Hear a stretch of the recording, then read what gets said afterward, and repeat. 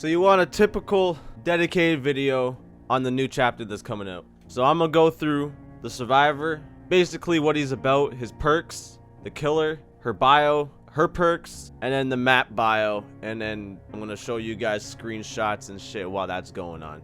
So we're gonna start out with David King. King is a Mancunian rugby player and a spoiled child of wealthy parents. From his backstory, he's the type of character that you would want to see hooked. He's like that douchey Dwight that goes around teabagging pallets and teabagging the exit gate and shit like that. So I looked around and I couldn't find David King's bio. So from just interviews that I looked through and read through, that's the best that I can come up with. But I'm going to give you the description of his perks. Now his first perk is called I Got You Son, which gives a 50% bonus to blood points every time they rescue a fellow survivor or body block a killer taking a hit. The second perk is called Line Break, which is a brief but powerful ability that can be activated when injured. The result is a burst of speed and, even more importantly, immunity to damage and traps for a short time. And then the third perk is called Just a Scratch.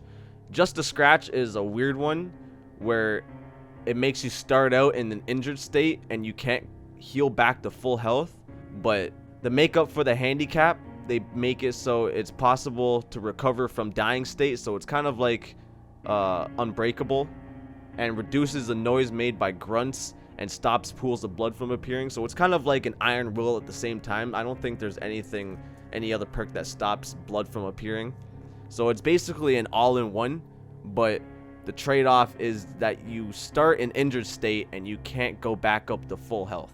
So you can go and add other perks to this, like lightweight and maybe even a sprint burst or line break, because when you're in injured state you can go and activate it anytime you want. So I'm pretty sure that's how they're trying to match up the perks. So to go into the killer, I'm going to start out with her bio, and it's a pretty long bio to be totally honest, so I'll read through it the best that I can, and then I'll go into her perks after.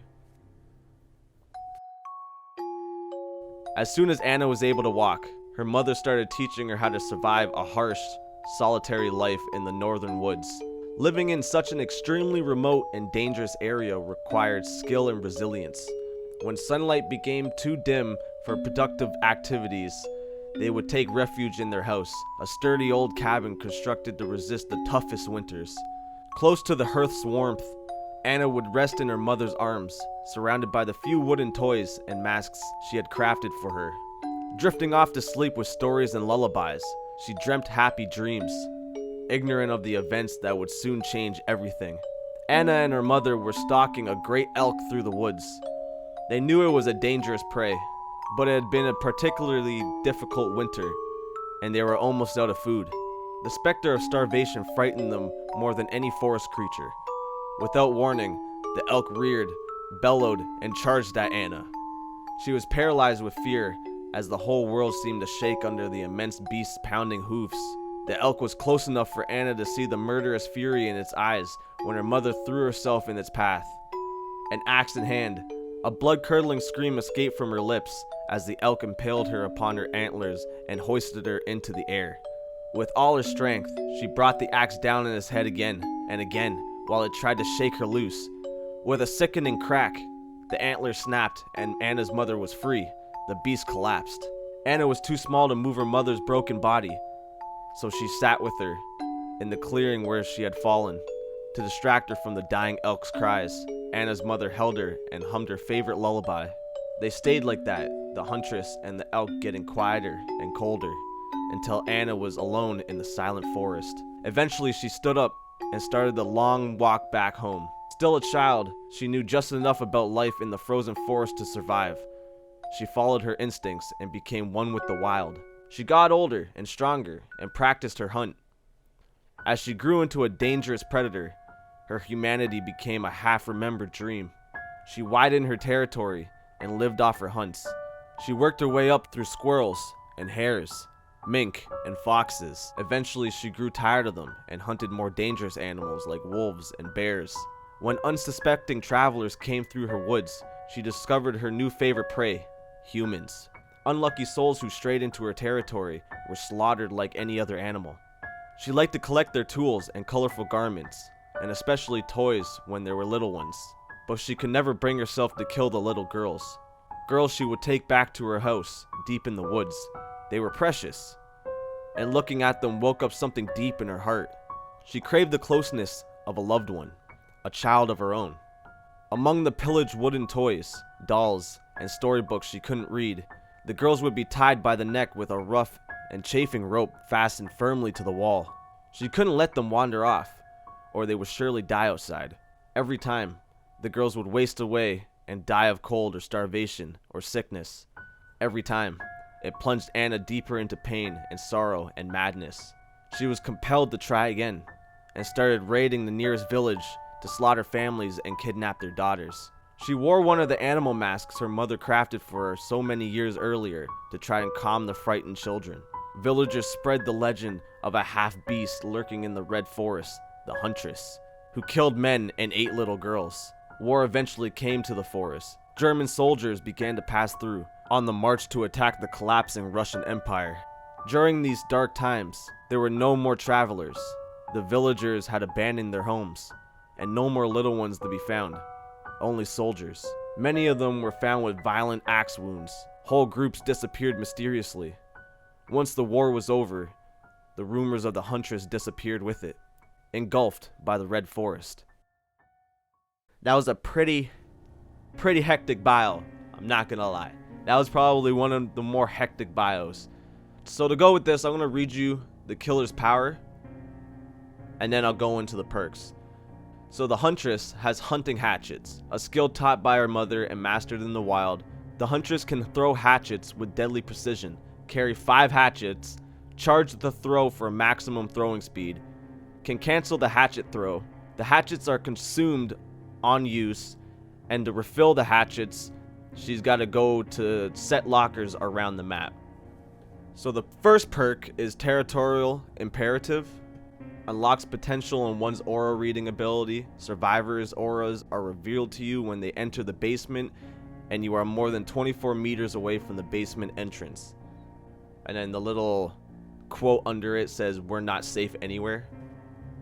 Second perk is called Beast of Prey. Your lust for a kill is so intense that your connection with the entity is momentarily lost, making you totally unpredictable. The red stain disappears for a limited time once bloodlust kicks in. So it basically makes you invisible if you get in the bloodlust state. And then the little quote under it says, "Where did she go?"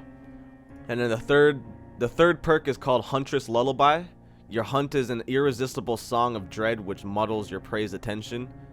Survivors within your terror radius receive a regression penalty when missing any skill check. Each time a survivor is hooked, Huntress Lullaby grows in power. The time between skill checks and its sound warning becomes shorter. The time between skill checks is not that bad, because then you can start getting more skill checks and then faster generator progression. But the shorter, or the sound warnings become shorter, is what makes this perk pretty deadly. You can go and add this perk to Dying Light, or like Thanatophobia, or Hex Totem Ruin. You can go and add it to those, and it would be a pretty deadly combo. And then the little quote under it says, "That song, it drives me crazy." Someone told me in the comments that the killer always sings the lullaby throughout the map. So you'll hear the lullaby before you even hear the heartbeat, which I don't know if it's true or not, which would be pretty good because you just hear the lullaby throughout the entire map, and it would just kind of trip you out, and then the heartbeat comes out of nowhere and eats you.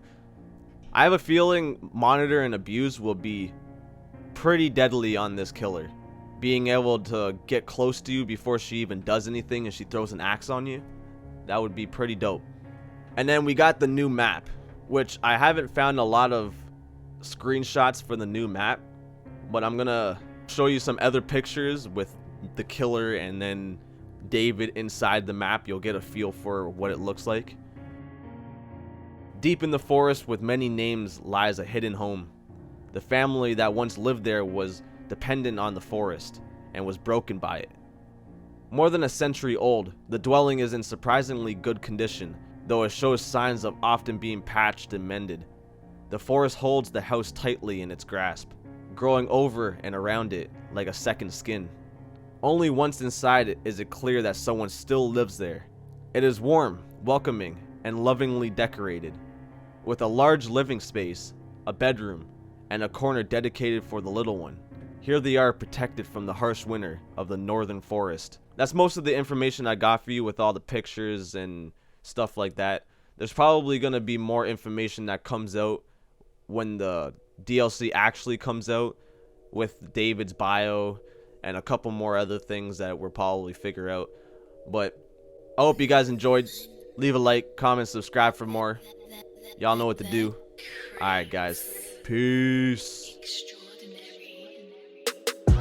I'm just all about this money. I don't think about no thought. Girl, you don't know about That me. went down a lot faster. Get off my fucking D. Born and raised in the dot. This is real as Fuck you you. don't see. Girl, you Go don't away. know about me. Ah. So get off my fucking